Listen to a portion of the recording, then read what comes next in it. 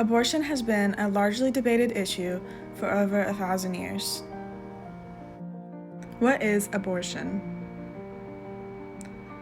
Abortion is the deliberate termination of a human pregnancy, most often performed during the first 28 weeks of pregnancy. Two common methods of abortion are an abortion pill, which is done during the first trimester, and dilation and evacuation, which is done during the second trimester. The first step to an abortion pill is to take mifepristone, or RU-486.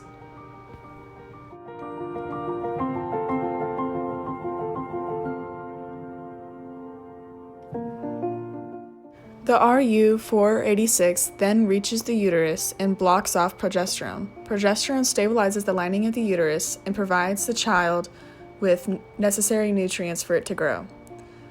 The RU-486 then blocks off this progesterone and eliminates the baby. The second method is dilation and evacuation, or D&E. This is a second trimester abortion.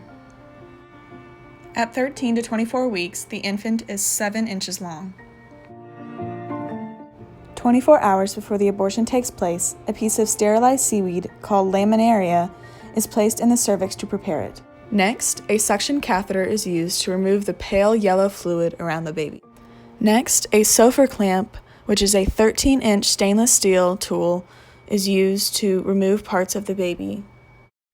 The abortionists use this tool to rip off limbs of the baby one by one. Some risks include uterine perforation, cervical laceration, infection, hemorrhage, maternal death, or future pregnancy complications. It happened this past week, yesterday, the passing of a woman who did nothing less than change the course of American history. Norma McCorvey died at an assisted living center in Katy, Texas, of heart disease.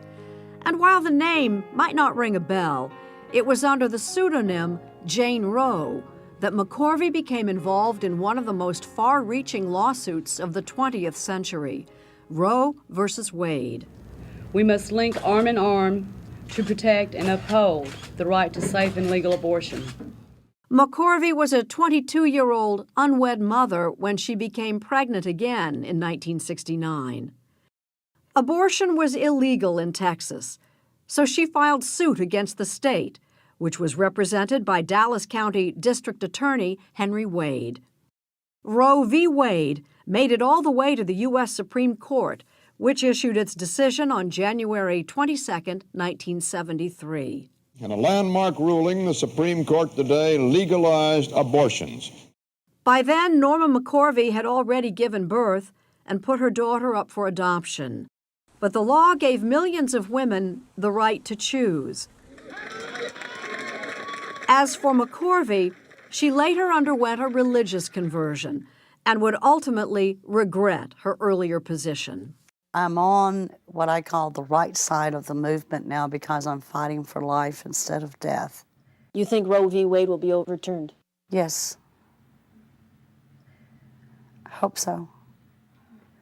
The law has been a flashpoint ever since and is sure to be front and center next month when confirmation hearings begin for President Trump's Supreme Court nominee, Neil Gorsuch. Norma McCorvey, forever immortalized as Jane Roe, was 69 years old.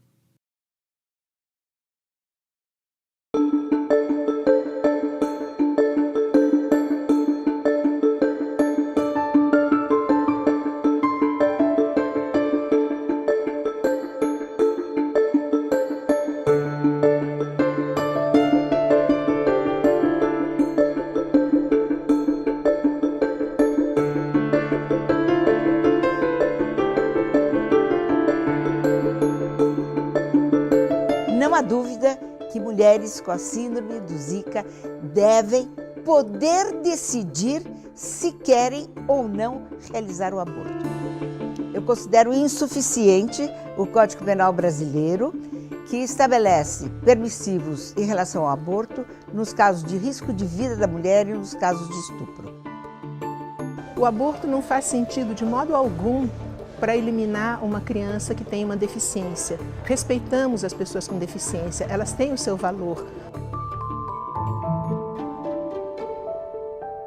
O aborto é muito mais um ato de desespero do que um ato consciente, refletido, e exatamente por causa disso, muitas vezes elas depois se arrependem.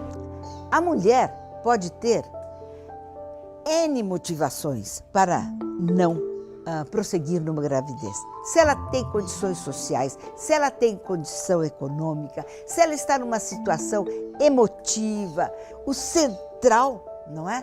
É a mulher assumir conscientemente e através do seu desejo querer dar à luz um filho.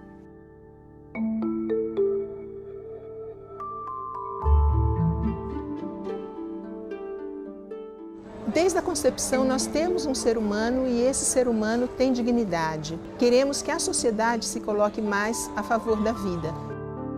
Há que haver uma consideração muito grande sobre o sofrimento desta mulher, no caso dela ver-se obrigada a prosseguir numa gravidez em que seu filho estará ou filha estará tão prejudicado. Eu penso que muitas grávidas estão ficando assustadas quando se fala do Zika vírus e, eventualmente, por causa disso, nós podemos ter algum incremento em termos de aborto. Mas eu realmente não penso que seja algo significativo ou que deva fazer com que se rediscuta a questão no Brasil.